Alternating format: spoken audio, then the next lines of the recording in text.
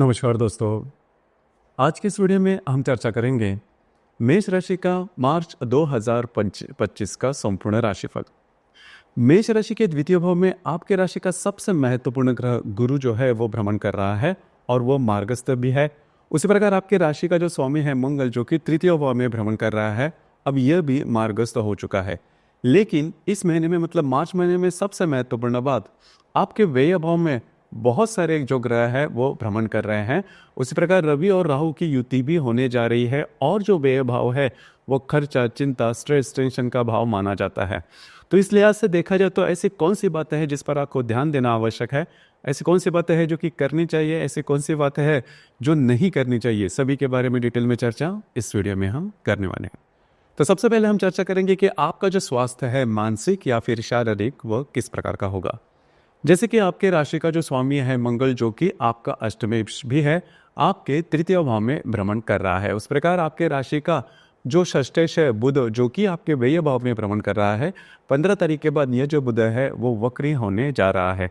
तो यहाँ पर 2-3 बातें हैं जिस पर ध्यान देना आवश्यक है।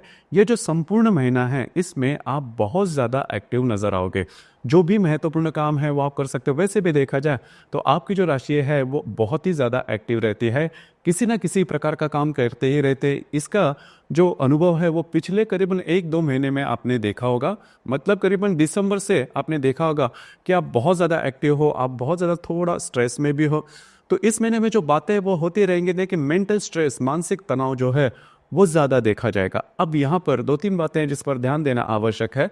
ये जो संपूर्ण महीना है, मतलब ये जो मार्च का संपूर्ण महीना है, इसमें आपको किसी भी प्रकार के कमिटमेंट प्रोमिसेस बिल्कुल भी नहीं देने हैं। अगर आप देते हो तो आपके जो अंदाज है वो चूक सकते हैं और इसका जो खामियाजा है वो आने वाले दिनों में आपको भुगतना पड़ सकता है। तो सबसे महत्वपूर्ण बात, डॉक्यूमेंटेशन से रिलेटेड कोई भी अगर काम है तो काफ़ी ज़्यादा सोच विचार करना होगा। सबसे महत्वपूर्ण अगर आप नहीं करते तो काफ़ी अच्छा होगा, अगर आप करते हो तो बहुत ही सोच विचार करके आगे बढ़ना होगा, क्योंकि जो बातें हैं वो आपके लिए कॉम्प्लिकेटेड हो सकती है। उसी प्रकार इसके पहले अगर आपने कोई ऐसी बात की है जो कि आउट ऑफ द वे है तो उससे भी आपको प्रॉब्लम हो सकती है। यह संपूर्ण जो महीना है मार्च महीने में, तो आपको बहुत ही ज़्यादा अलर्ट रहना होगा। किसी प्रकार के आउट ऑफ द वे जाके जो बातें हैं वो नहीं करना, आपके जो अंदाज है वो चूक सकते हैं। उसी प्रकार जो आपका फाइनेंस है उसके बारे में अगर कहा जाए, आपका जो आर्थिक स्तर है उसके बारे में अगर कहा जाए, तो आपका जो धनेश है शुक्र जो कि आपके व्यय भाव में भ्रमण कर रहा है, हालांकि ये जो धनेश है वो भी दिनांक 2 तारीख के बाद वक्री होने जा रहा है। आपके राशि का जो पंचमेश है रवि जो कि आपके लाभ भाव में भ्रमण कर रहा है, 15 तारीख के बाद ये आपके व्यय भाव में भ्रमण करेगा। आपके राशि का जो अष्टमेश है मंगल जो कि तृतीय भाव में भ्रमण कर रहा है और जो शनि है वो आपके लाभ भाव में भ्रमण कर रहा है। लेकिन यहाँ पर सबसे महत्वपूर्ण बात, आपके द्वितीय भाव में जो गुरु है वो भ्रमण कर रहा है। तो ये जो संपूर्ण महीना है इसमें आपको अच्छे लाभ वगैरह मिलेंगे। इसके पहले अगर आपने कोई काम किया है उसके लाभ मिलेंगे, कुछ अच्छी इन्वेस्टमेंट भी हो सकती है। लेकिन यहाँ पर फिर से वही बात है, आपके जो खर्चे हैं उस पर नियंत्रण रखना आवश्यक है। आपकी जो राशि है वो खर्चे करने के मामले में आगे पीछे नहीं दिखती और इसी की वजह से जो प्रॉब्लम है थोड़े से आ सकते हैं, आपके जो खर्चे हैं वो ज़्यादा हो सकते हैं।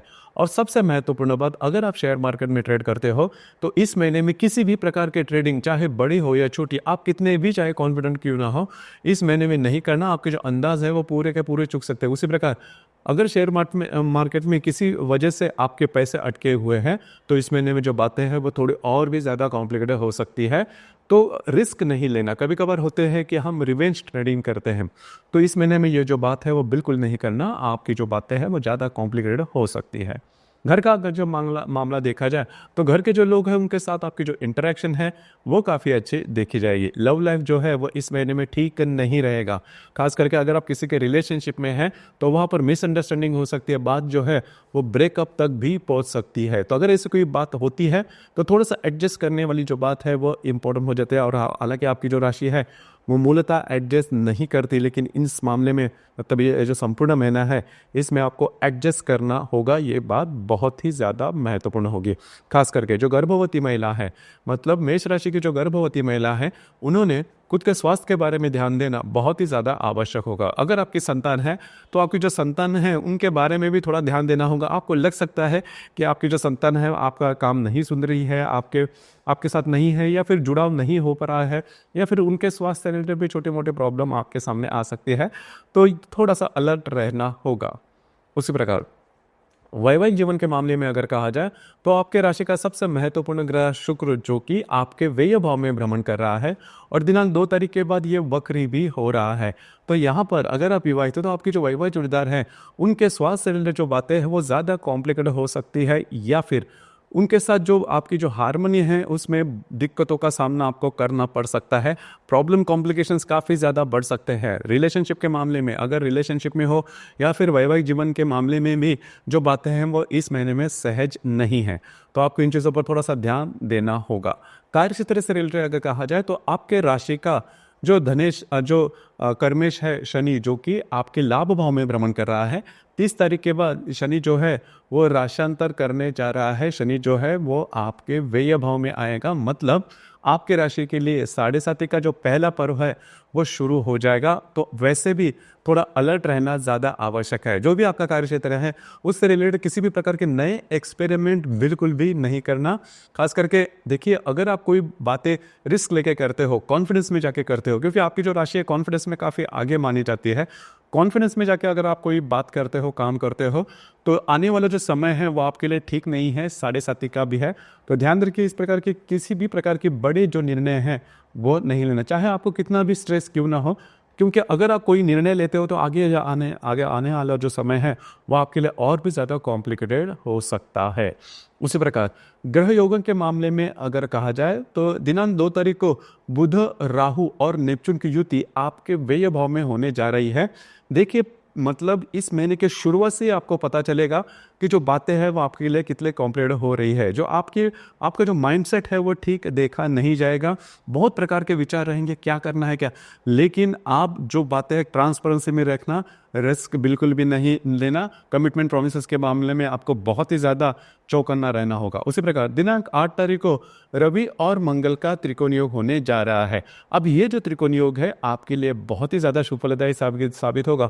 कुछ अच्छे लाभ वगैरह मिल सकते हैं। आपका जो कॉन्फिडेंस है वो इन दिनों में काफ़ी अच्छा देखा जा सकता है। जो काम आपके नहीं हो रहे, जिसमें काफ़ी ज़्यादा दिक्कतें आ रही है, वो काम इसमें यह जो मतलब 8 तारीख के इर्द गिर्द अगर आप हाथ में लेते हो तो वो इजीली पूरे होते हुए नजर आएंगे। आपके जो मित्र परिवार है उनसे भी आपको काफ़ी अच्छी मदद मिल सकती है। तो जो 8 तारीख के इर्द गिर्द का जो समय है वो आपके लिए शुभ फलदायी साबित होगा। उसी प्रकार दिनांक 11 तारीख को बुध और शुक्र की युति होने जा रही है। अब यहाँ पर कुछ अच्छे बातें हो सकते हैं, थोड़ा घूमना फिरना ज़्यादा हो सकता है, खास करके आपके जो वैवाहिक जोड़ीदार है उनके साथ कई बार घूमना फिरना हो सकता है। उनके साथ भी आपकी जो इंटरेक्शन है वो भी काफ़ी अच्छी देखी जाएगी। 12 जो तारीख है वो सबसे महत्वपूर्ण है। 12 तारीख को रवि और शनि की युति होने जा रही है आपके लाभ भाव में। तो यहाँ पर पैसे से रिलेटेड, फाइनेंस से रिलेटेड किसी भी प्रकार के महत्वपूर्ण काम बिल्कुल भी नहीं करना। आपके जो बड़े भाई बहन होंगे उनके साथ भी जो बातें हैं वो थोड़ी सी कॉम्प्लिकेटेड हो सकती है। उनके साथ डिफरेंस ऑफ ओपिनियन जिसे हम कहते हैं, उस प्रकार के अनुभव आपको मिल सकते हैं।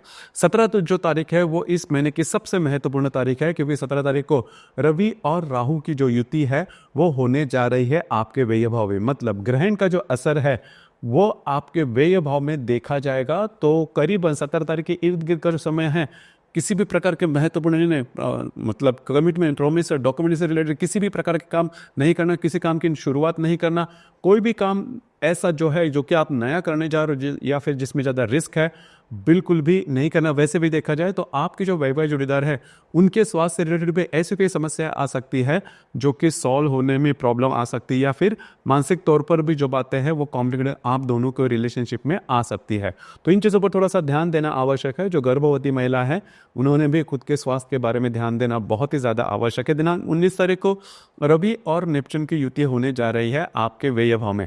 तो यहाँ पर ये जो युति है थोड़ी पॉजिटिव भी है, नेगेटिव भी है। पॉजिटिव इस मामले में, अगर आप धार्मिक या फिर आध्यात्मिक मार्ग में हैं तो फिर ये जो युति है वो आपके लिए बहुत से शुभ फलदायी साबित होगी। कुछ अच्छे आपको अनुभव मिल सकते हैं, इंट्यूशंस को अच्छे मिल सकते हैं, कुछ धार्मिक या फिर आध्यात्मिक अनुभव आपको आने की संभावना काफ़ी अच्छी बन रही है। उसी प्रकार दिनांक 27 तारीख को शुक्र और नेपच्यून की युति भी होने जा रही है। अब ये जो युति है थोड़ी महत्वपूर्ण होगी। आपकी जो वैवाहिक जोड़ीदार है उनके स्वास्थ्य से रिलेटेड जो बातें हैं थोड़ी कॉम्प्लिकेटेड हो सकती है। उसी प्रकार इस दरमियान इन्वेस्टमेंट के बारे में, किसी भी प्रकार के इन्वेस्टमेंट से रिलेटेड जो बातें हैं वो नहीं करना। आपके जो अंदाज है वो चूक सकते हैं। इस महीने की जो पूर्णिमा है वो 13 तारीख को है और जो अमावस्या है वो भी आपके व्यय भाव में 29 तारीख को होने जा रही है।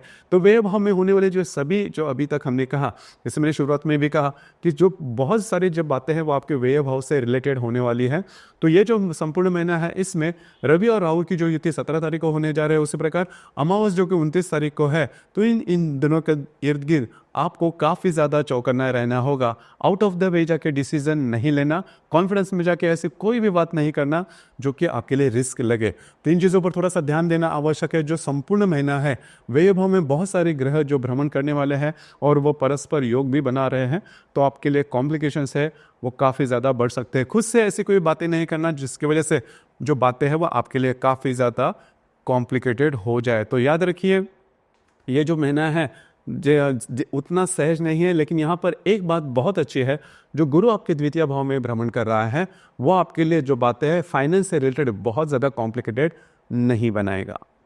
आपके इस विषय पर विचार क्या है, आपके अनुभव क्या है, नीचे कमेंट बॉक्स में ज़रूर कमेंट करना।